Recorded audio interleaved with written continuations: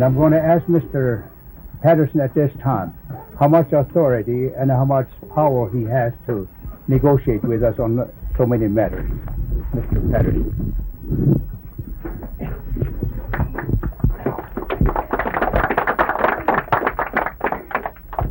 I would first like to present this letter to Chief Foolscrow from Mr. Garment of the White House, who is very sorry that he can't be with you himself today. Let me, if I may, read it, and I think it will answer some of the questions you asked.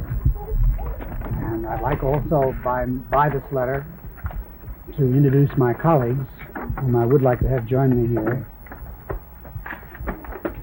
to the White House, Washington, May 15, 1973, to the headsmen and chiefs of the Teton Sioux.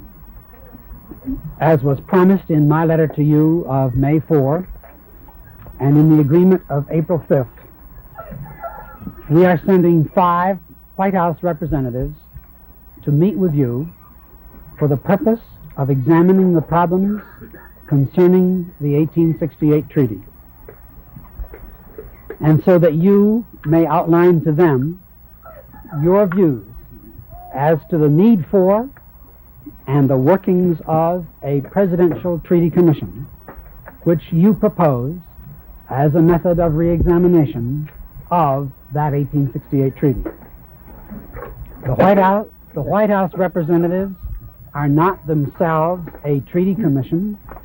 They come to listen to your views.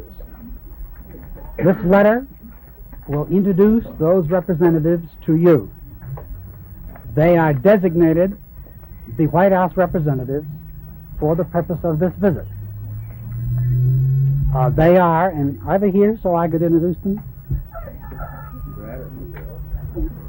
Oh, are they? At this time, Mr. Chief, I would appreciate if my associates could join me here. Just a minute. They have a schedule, of agenda that they want to do before anything. We don't think that 1868 treaty we don't think that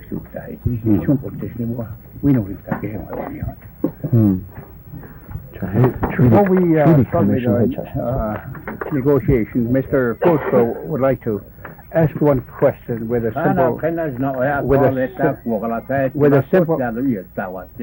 simple answer, yes or no. That's what he. Chief Foolscrow le inuhing take. Ona 68 treaty kung hai unkikik chuk ta hai chi.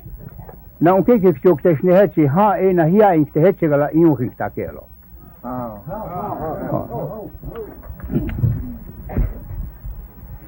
En fait, tout les garçons à Take Amayutot, Namakaki Ayuto. Today, I met one of the good representatives of the government. He said, I want him to take a good look at me and my Mother Earth. Oh, Makaki Lemita. This is my country. Ochake, Lakwa Imu Teki he. 1868 api ki hai uecha. Yes, ena no ek hai toha ma uktishne ma kochigle no. He said, this is my country. And he said, I want to ask him a simple question. He said, can be reinstated back to 1868 treaty, and we're going to prevent all the time if we could waste on that simple question. I want Mr. Patterson to say yes or no on the matter. Can we be reinstated back to 1868 treaty?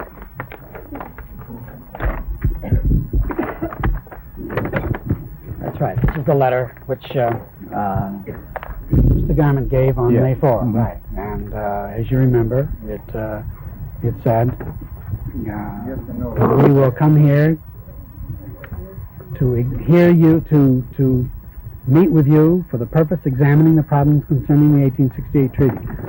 Now, what is your specific question? Your question is, can the 5 of us rewrite the treaty? Is that your question? No, we want to be reinstated where we were cut off by introducing the Indian Bureau and the negotiation, the treaty-making period was cut off by introducing the Indian Bureau into its place.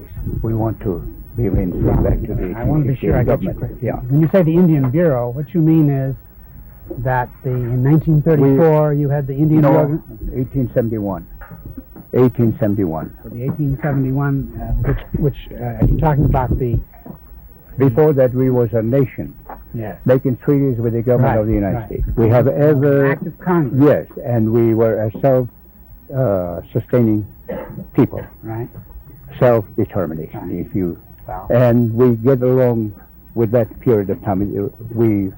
And after 1871, the Bureau was introduced, and the government says we're not supposed to make any more treaties with the government. And they practically force us on the Indian Bureau. No, we want to be reinstated back to that period of time and be a self-governing nation. That's what he asked. I understand. I'll give you the answer. In 1871, the Congress passed this law, Yeah. which said as you described. And no one in the executive branch, even the president if he were standing here personally, can change that law. The only way that law can be changed is if the Congress changes it itself. And the president can't do it, and I can't do it, and nobody can do it. Only the Congress could change that law in 1871. If the government could change the law in 71, which our treaties are a supreme law of the land, Right. and if he can change it, he can change it again. If the Congress can change, Yeah. Just a little bit further. Please, Mr. Patterson, what we are trying to reach here is, at one time we had our own system of caring for internal affairs of our tribe, called a Okashpayamani, which was a council, same as you call the tribal council now. And that was our system of government. This is the question that they're referring to. Can we reinstitute our Okashpayamani system rather than what we've got now, this so-called elective system we've got? well, Bob, it seems to me what you're referring to is the Indian Reorganization Act, isn't it, which set up the tribal council system and so forth. our I understand. Well, it seems to me the answer is the same. The Congress passed the Indian Reorganization Act in 1934, and that established the system of elected tribal governments in not just Oglalas, but in Indian country, among Indian peoples throughout the country. And the president, again, if he were here himself, can't change that act of Congress. The Congress can change it if they see fit. Now, the chief should understand, everyone here, I think, knows, that the Congress, a committee of the Congress, is planning to come here and hold hearings here on the Pine Ridge Reservation among the Oglala people, I believe in a few weeks. Mr. Abarez, Senator Abarez, is the chairman of a subcommittee which will hold some hearings on the subject, open subject of Indian affairs, and particularly on the wishes of the Oglala people. And since only the Congress can change that law, as only the Congress made it, you may well wish to present your case to the Congressional Committee at that time. And I certainly would encourage you to do so. And in fact, I've talked to Senator Abarez, and he's told me that the group is coming, and I've told him that I would recommend that that you present your case to them. You should have a hearing before their committee. But I would be dishonest to you, and I will not be dishonest to you if I said that the president or I or my colleagues could change a law of the Congress. That's the law, and there are ways of changing it, but the president is the one who carries out the laws. He doesn't make them. I hope I've made it clear.